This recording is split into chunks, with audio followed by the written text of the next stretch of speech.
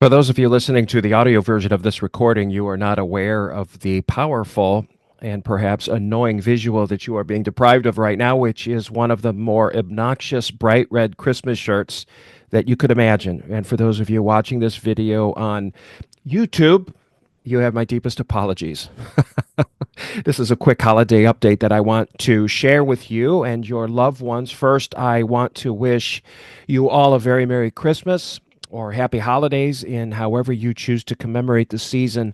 I am incredibly grateful for your participation and support of our podcast. And I have to tell you very quickly that our transition to the new crime in the courtroom format is already having a tremendously positive impact on our reach and our audience engagement. So I just want to thank everyone and also express just how excited I am for the great topics and current events that we are going to be able to explore together in 2025.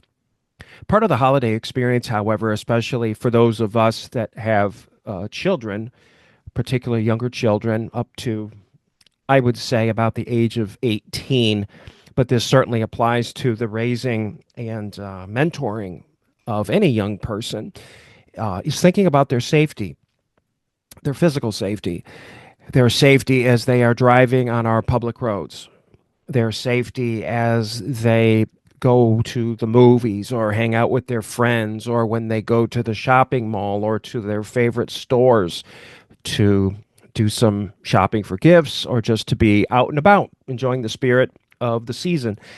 We want our children to enjoy, obviously, as much as possible the holiday season, and we want them to enjoy their lives, but we want them to be safe.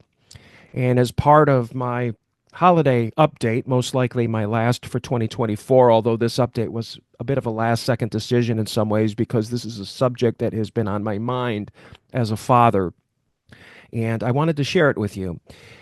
As parents, assuming our kids don't deal with any kind of unusual impairments, disabilities, or special needs, our kids eventually hit an age where we have to let them accept responsibility for their own safety and their own decisions. And the more that we try to control their environment and rob them of their personal autonomy and their own sense of personal agency, the less able they will become to do it for themselves. And that's very dangerous. It's one of the hardest things to deal with as a parent, as many of you know, which is letting them go into the world and letting them deal with the many different kinds of risks and threats that exist out there in that world, which means we have to prepare them and we have to help them develop what I would describe as an attentive and reasonably cautious mindset that will reduce the chances that they will fall victim of a crime or suffer some other kind of personal harm. There is one simple message that we need to repeatedly share with our youngsters, beginning when they first can understand human language, let's say, and continue as they grow up into their adulthood, which is a message that will have a profoundly positive impact on their ability to reduce risk in their lives. And that one message is stay alert. If you start when they're young, there are few other things you will need to do when they get older because they will be conditioned to know what's going on in their surroundings. Staying alert is without question the number one mitigator of risk. It's the number one reducer of threats, which is simply being aware of what's going on around you. Obviously, it can't completely eliminate every threat, but it will significantly reduce the chances that something bad will happen or that you'll become or that your children will become the victim of a predator. And there are many out there.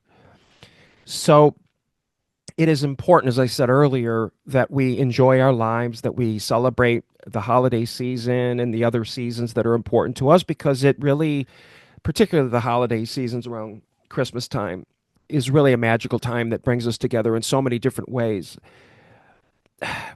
But as we do, as we enjoy the season, we all need to commit ourselves to staying alert, paying attention to what's going on around us, and teaching our children to do the same so that they can have more power to protect themselves when we, as parents, are not able to do it for them. This is John Collins with another Crime in the Courtroom update. Our first full episode will be Monday, January 20th, and you will not want to miss that show, everyone, as I am going to be sharing with you, my audience, the craziest, most surprising case I ever worked in my career in the forensic science laboratory. I'll see you then.